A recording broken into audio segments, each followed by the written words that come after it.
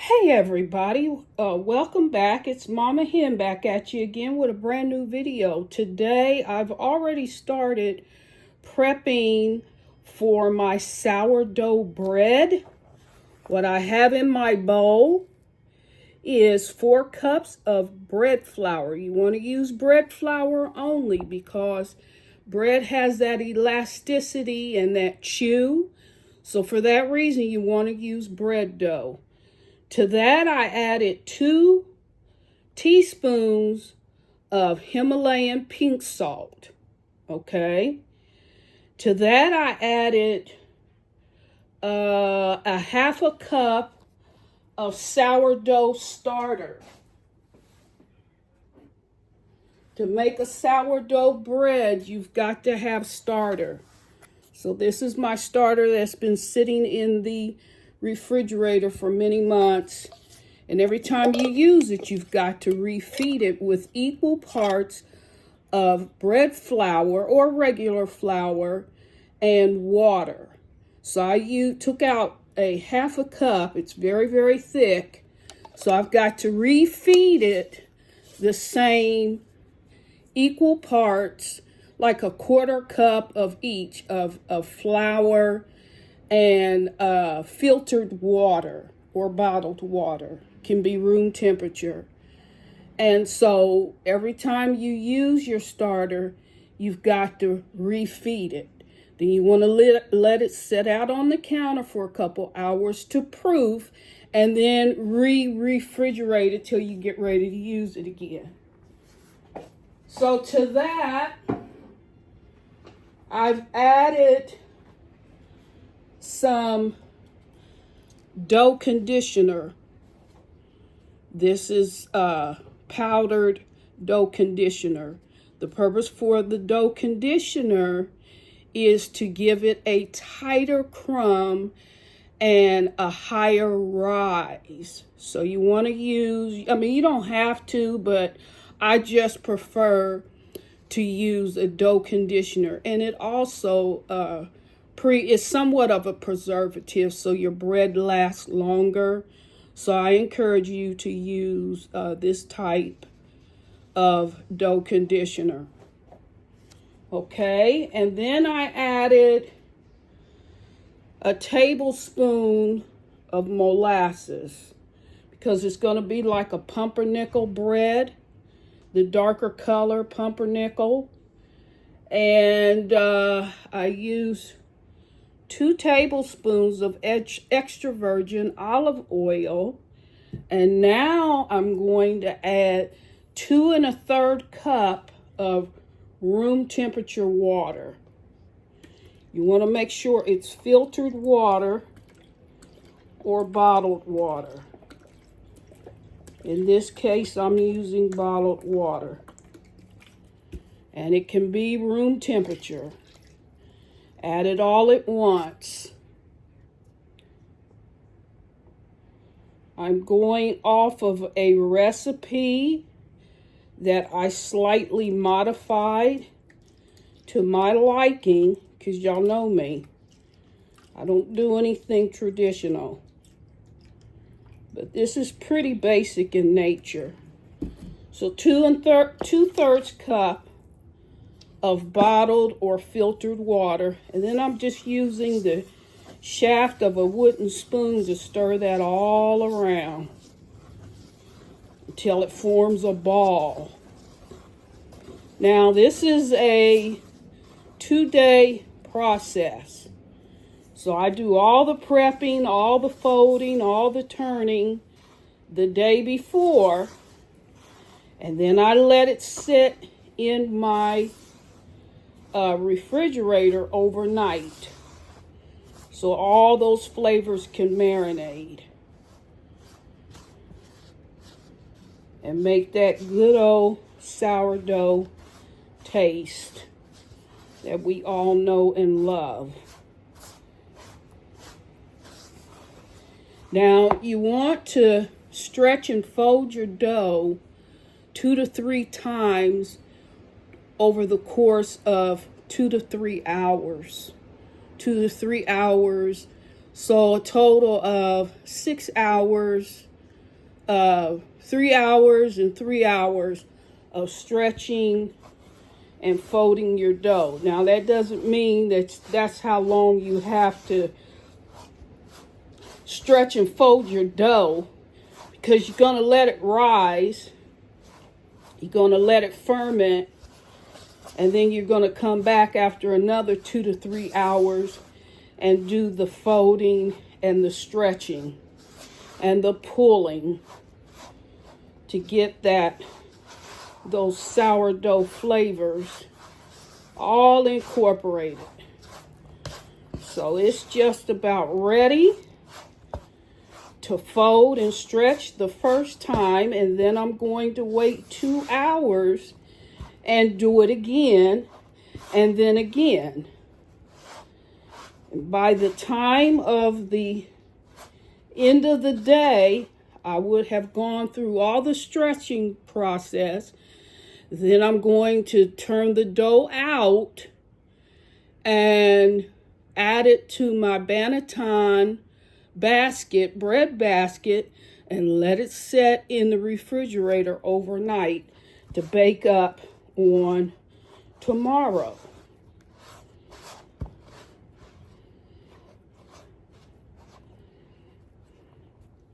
And this is what your dough will look like.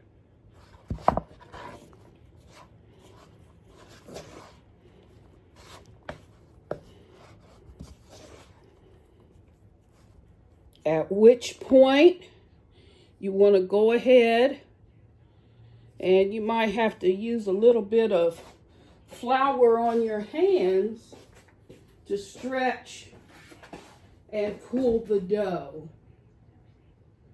So I'm just going to get a little bit of flour so I can start the first process of stretching and pulling.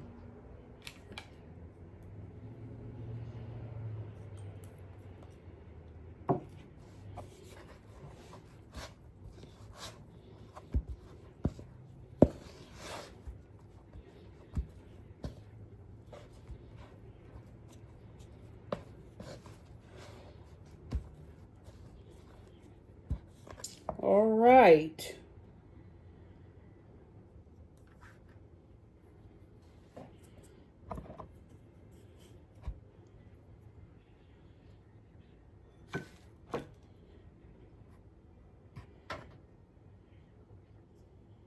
And I'm going to begin to stretch and pull.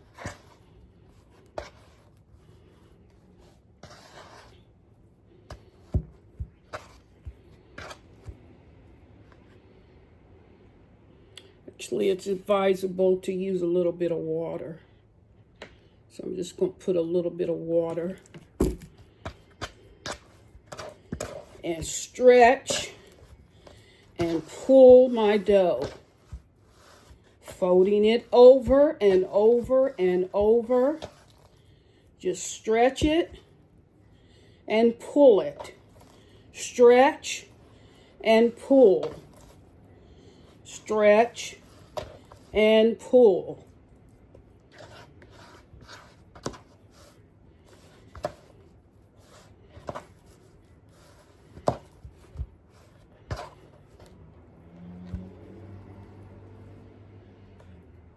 Now, of course, this is going to probably be a 2-part video.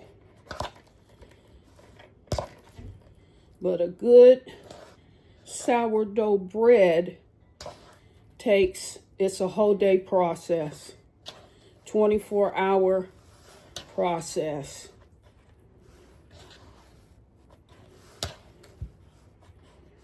Stretching and pulling. Stretching and pulling.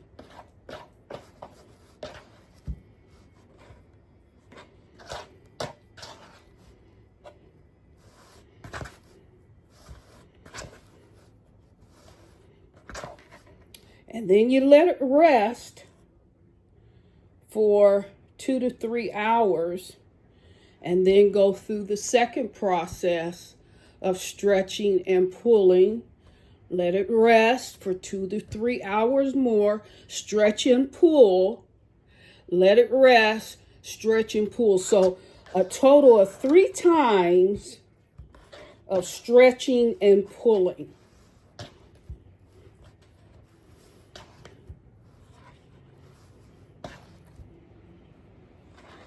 And this is what your dough will look like. The first process of stretching and pulling.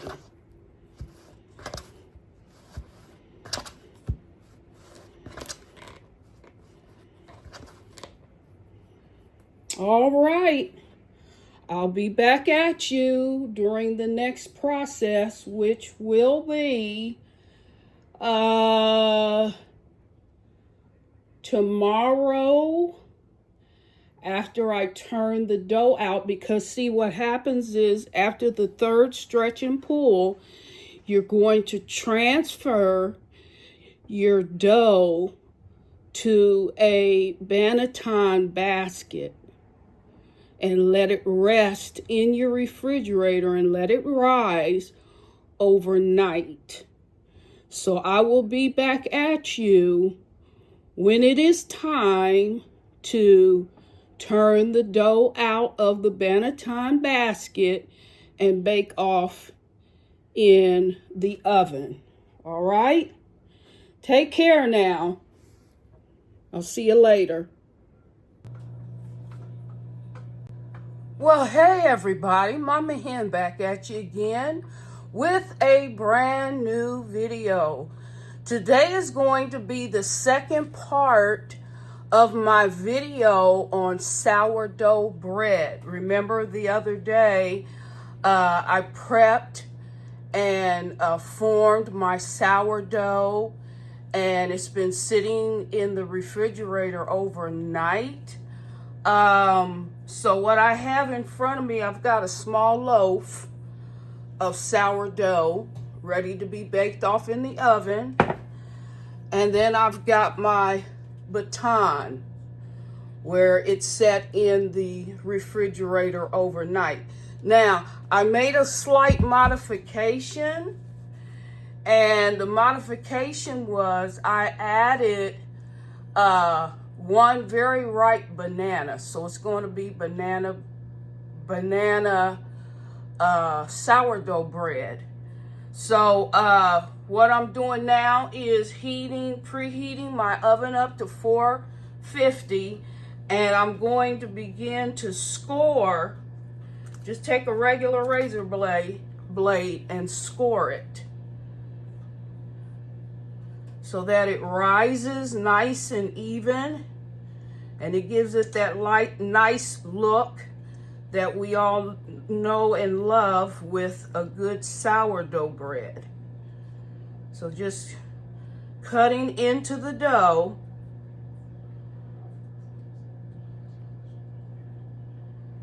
Like so. And then I'm going to, well, what I'm doing is I'm preheating my Dutch oven up before I deposit the other bread dough in the pan. I'm heating it up, and I'm going to line it with parchment paper. So it is ready to go. Now I'm going to be multitasking again, and hopefully I won't cut myself like I did the other day. We can only hope, right? So here is my Dutch oven that's been preheating in the oven. So now what excuse the alarm.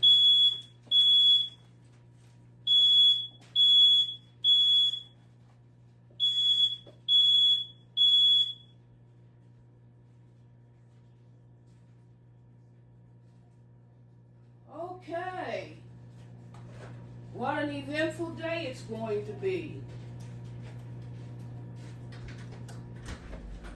So again, I've preheated my Dutch oven, or my cast iron pot, in the oven, and I'm going to line it now with parchment.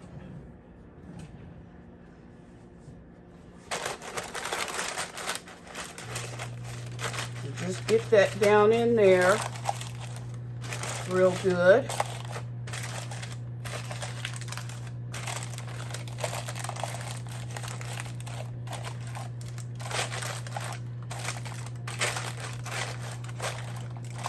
This is going to keep the bread from sticking to the pan. So, I've got my baton that I had sitting in the refrigerator overnight to proof my banana sourdough. And I'm just going to deposit that into the Dutch oven, like so.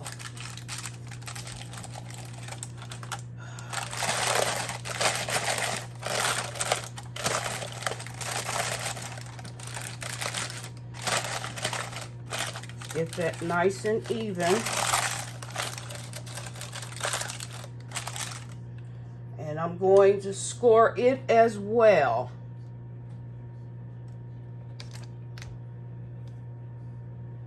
You want a pretty sharp blade.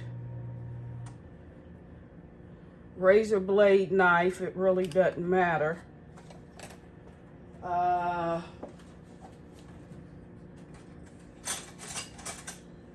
think I'll go with the knife. And just go ahead and cut into the dough so it gives it that nice look that we all know and love with a good sourdough.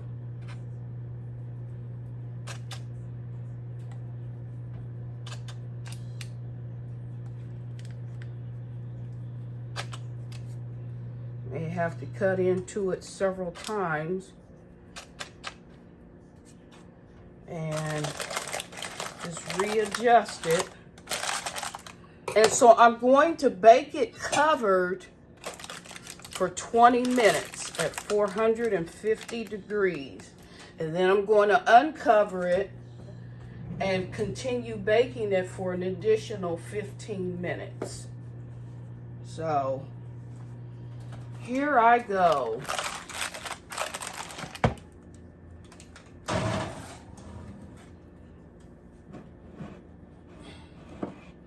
In my little loaf pan. I'm gonna bake that off as well. All right. Hey folks, I'm back. Sorry for the interruption. I got a unsolicited phone call, and so unfortunately I'm going to have to make this a two-part video. But anyway, the can of beans, about a half a cup of chopped up celery, a little garlic powder, and some dehydrated onion.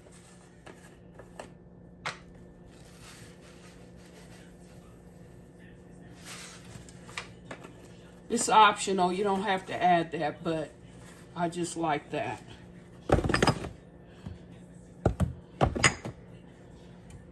And then you want to add a little bit of brown sugar.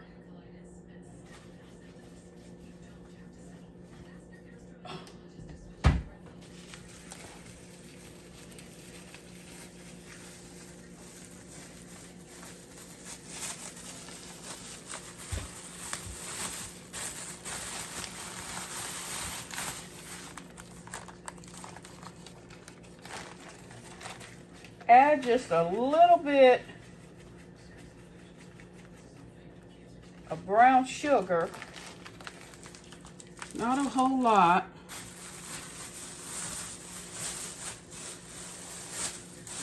Of course, if you've got the kind of beans that already have some brown sugar or some type of sugar added, you don't have to use as much brown sugar, but I do suggest you using some. All right. And then I'm going to add a bit of hot pepper sauce. Just a little bit, because I like a little kick. It's optional. It's totally optional.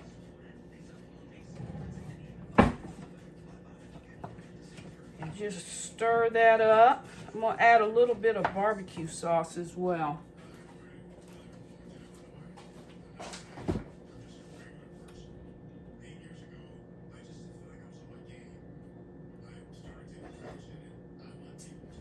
Any old kind of barbecue sauce will work.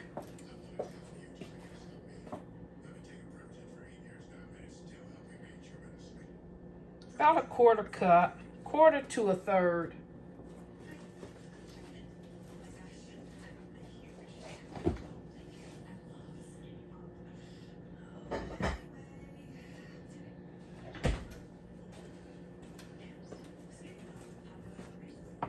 And just stir that up.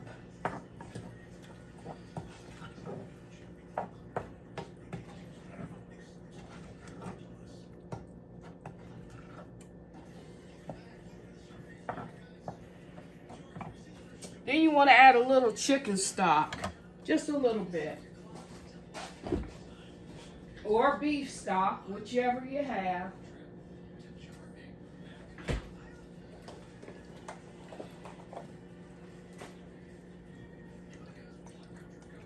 About a quarter cup. Because your water needs to have some flavor. So the best way to get flavored water is to use some already made chicken stock or beef stock or homemade chicken or beef stock. And then you want to add your beef. In my case, it's smoked chuck roast, or you can use ground beef, whichever your preference is. I just like to step outside the box and do things differently. You guys know that I'm good for improvising and embellishing. All right.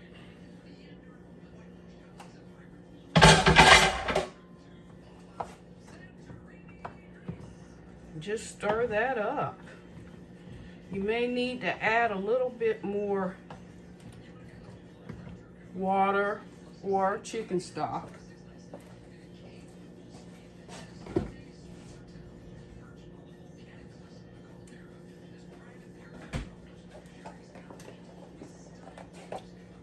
Because if you're using chuck roast as I am, it gets pretty thick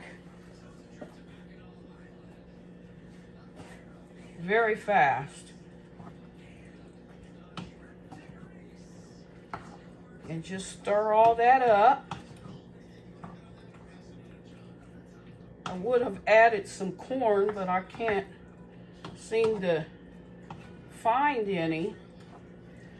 So this will be a cornless chuck wagon. But all the essentials are here. And just let that simmer on a low heat till it cooks down and all those ingredients are cooked through. Station break.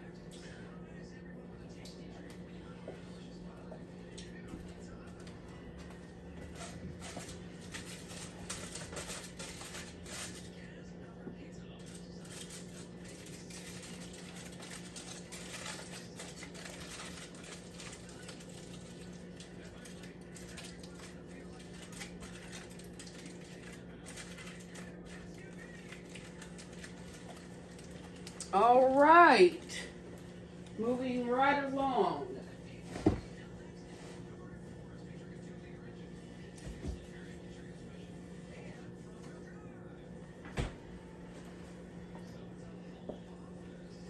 It's been about 20 minutes since I took the bread out of the oven. So we still need to wait a little more time before we can cut into it. So I thought I would follow up with a subject that I started some weeks ago. And I told you that periodically I would bring this subject up. And that subject pertains to the significance of numbers. In fact, from the time you're born until the time you transition out of this life into the next, the numbers all add up.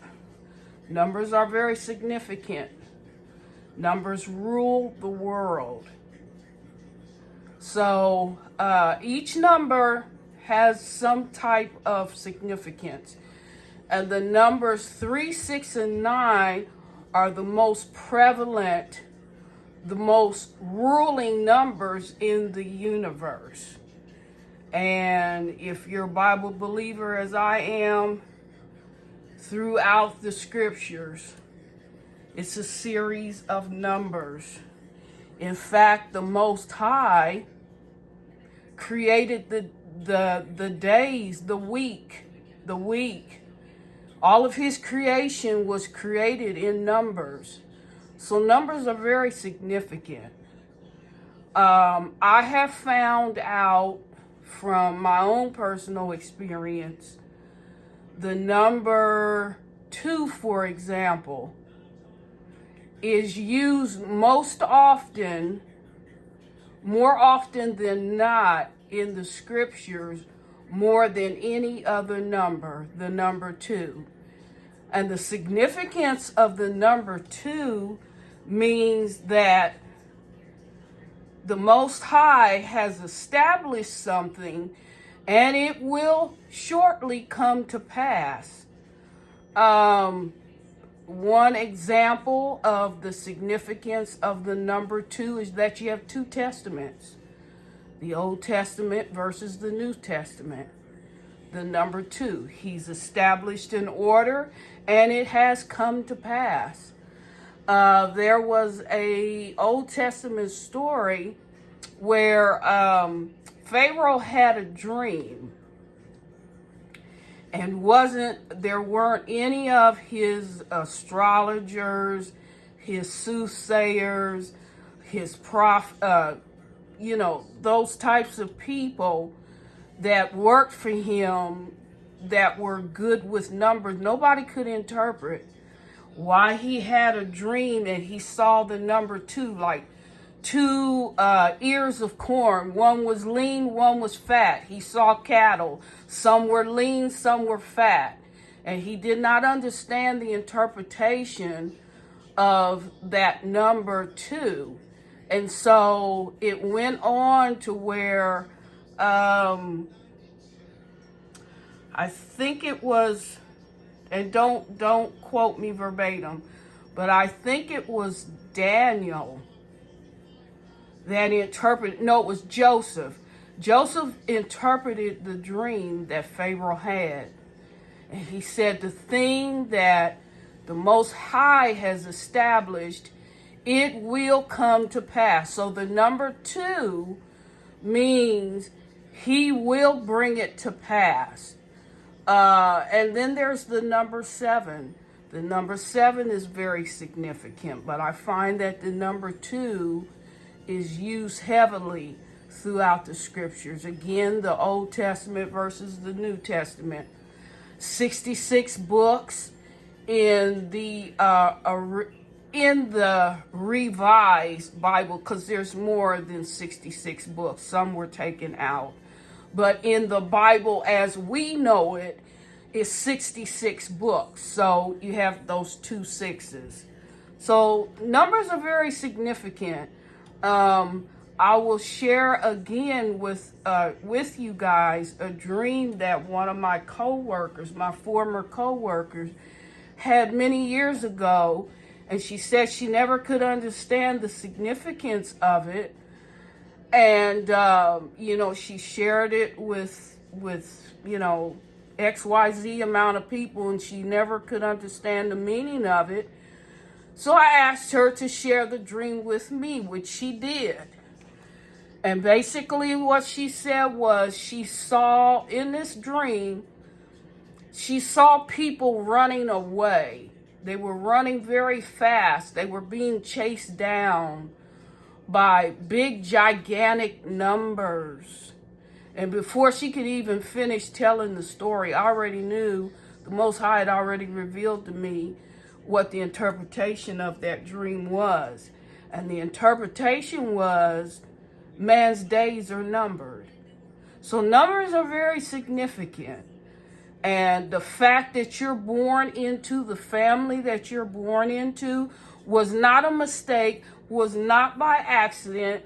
All of your numbers connect some kind of way, whether you multiply, divide, subtract, or add, they all add up. And with some families, it's more obvious than others. With my family, for example, I have 3 children. My birthday is, I just had a birthday last month, March 6th. So there's the 3 and the 6. And then my eldest son, his birthday was June 3rd. So he is me reversed. My second child, my second son, birthday is March. So there's the 3 again. And then 26. There's the 6 on the end. The number 2 means he's my second born. And this is the download that the Father was given to me. And, I'm not even smart enough to think of this stuff. So, it didn't come from me. And then my daughter, her birthday's in March. So there's the 3. She was born on the 15th day. So the 1 plus the 5 equals the 6, which is me. So you see how the numbers connect. And like I said, with some families, it's more obvious than others. I have seen it come to pass where different people that I've known that have transitioned, some of them, and it's very obvious, some of them die in the same month that they were born, or on the same day, not necessarily, it can't be the same year, but the same day. So numbers are very, very significant. So I just wanted to share that with you and, understand how significant numbers are. So with that said, I'm going to check on my chuck wagon. And it is simmering.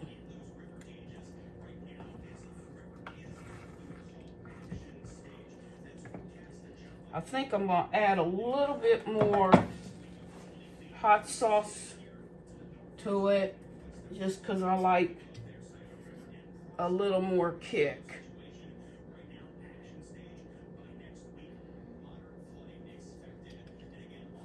Okay.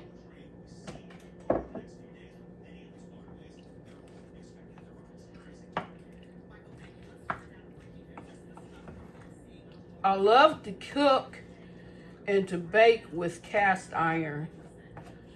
It takes me back to when I was growing up. My grandmother, that's all she cooked with, was cast iron. So some years ago, I swapped out most of my aluminum, steel, and Teflon pots and pans out for cast iron, and I just absolutely love them.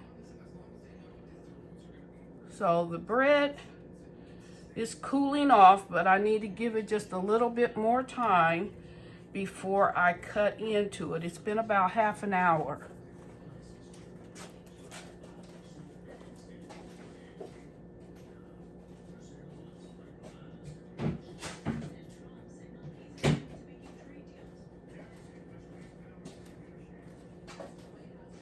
Hold the line.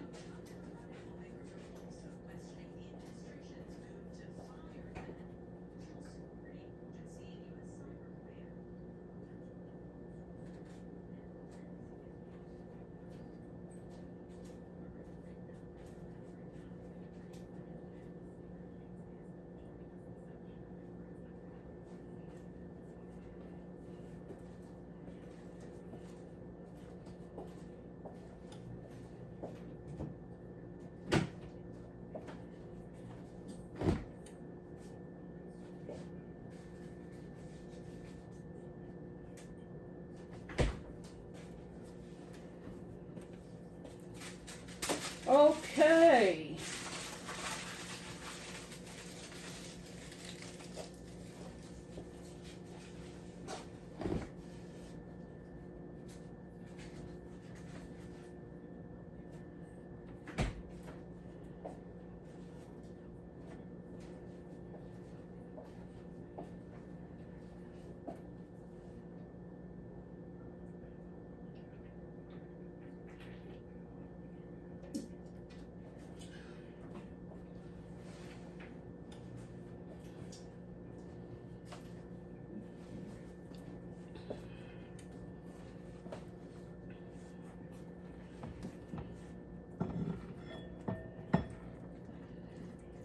If you need to add more water or chicken stock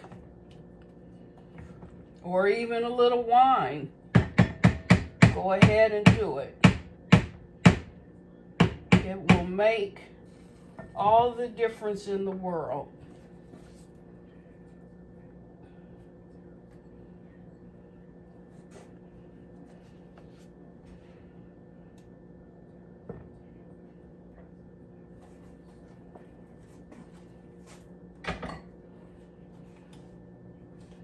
I have these little clay pots that I've had for many years, and I find out that they are just so great to bake with. They make the best bread, and show you the name, but they are just the best little bread bakers. They bake up this nice little loaf of bread. See that? Isn't that cute?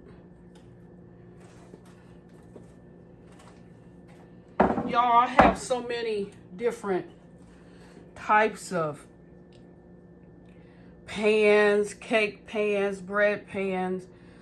At one point, I had at least 150 different or multiple types of baking pans. And then I've given some away, and then I go and replace them with something new. But baking is just a passion that I have. And so I'm glad to be able to share my experience with you. I've baked for several commercial bakers through the years, and learned it best from the Italians, how to bake bread, pizza doughs, things of this nature. And so I'm happy to be able to share my experience with you. I would encourage you all to, if you like the content of the videos that I'm doing, it would be so greatly appreciated if you guys would like, hit the thumbs up button on your phone, your laptop. If you would like the video, even if you would share it, but most importantly to subscribe so that I can grow my channel and reach more people. I like to think that I'm making a difference. I hope I'm making a difference. I'm no expert. I'm no professional. It's just some things that I do that I have taught myself to improvise, to make up, to create,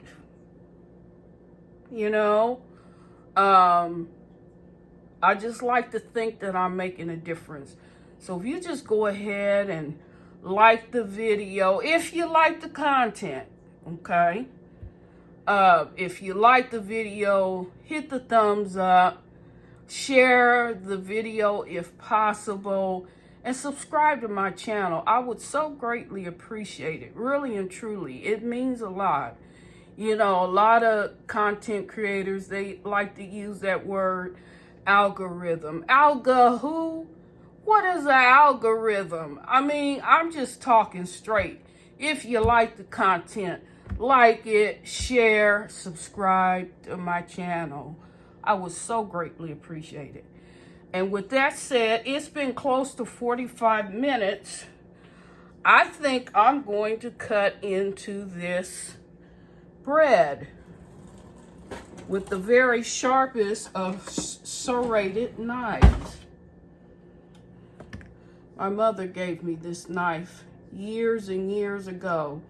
I can tell you I've cut myself. So it's it's extremely sharp. Okay, so I'm going to cut the little loaf because it's cooled off the fastest. So I'm going to cut the little loaf and show you the inside.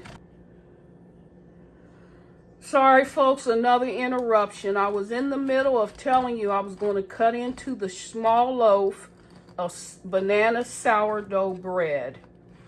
And I regret that I have to do this in parts, but anyway, it is what it is.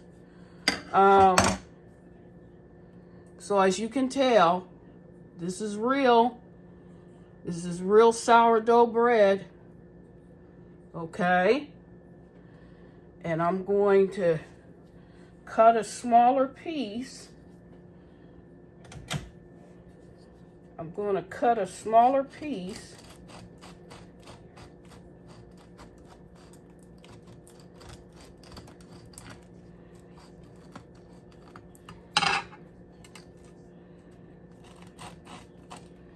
And have it with my chuck wagon.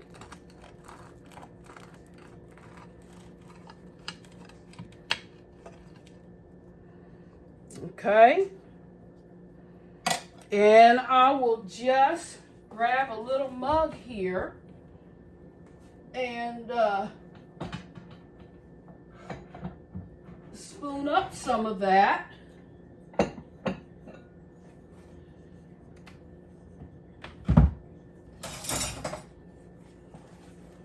Some of that yummy chuck wagon.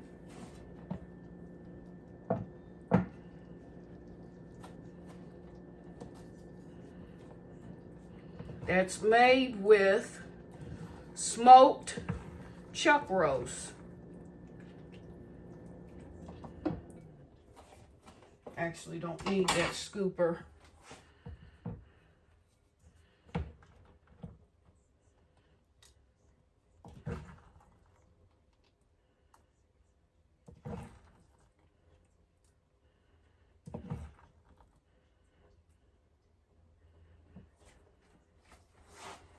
See that? Then I'm going to add a wedge of this sourdough to it. You see that? Doesn't that look yummy? Chuck wagon with smoked chuck roast. And a wedge of banana sourdough bread. And now for the best part, I'm going to sample it for you.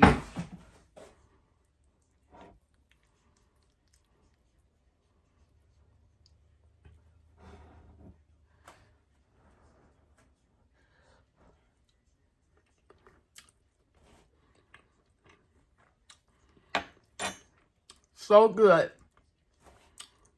So good. And then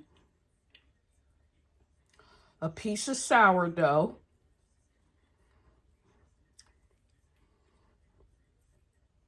You see that? You see that? Look at that texture.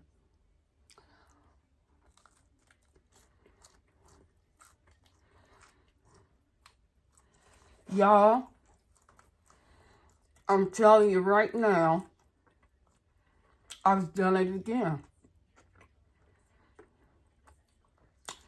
There's a slight taste of banana. I think, however, if I had added more banana, the taste would be even more profound.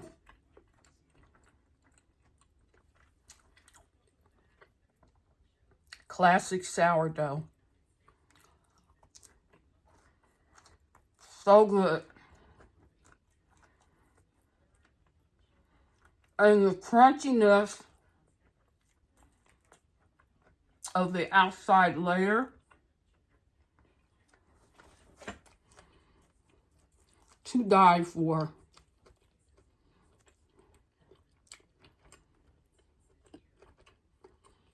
This is why you want to use bread flour, because it has more protein in it and it gives you that stretchy, chewy texture that you want in a good sourdough. This is awesome.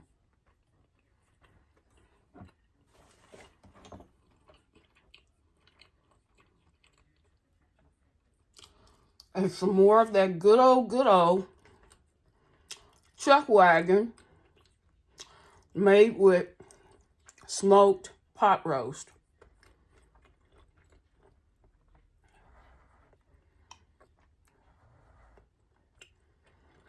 Let me hurry up before I get cut off again.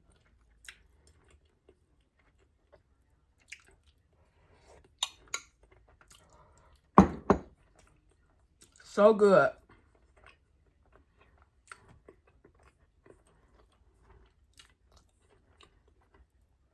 You see that?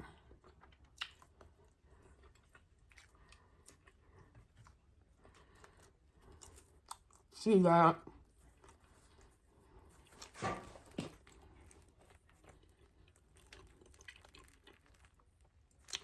Nice and chewy. You see that? That's what you want. At any rate, if you like the content of this video, and I trust that you will, you take to heart what I said moments ago, and that is to like the video, to share it if possible, and subscribe to my channel. With that said, bye-bye.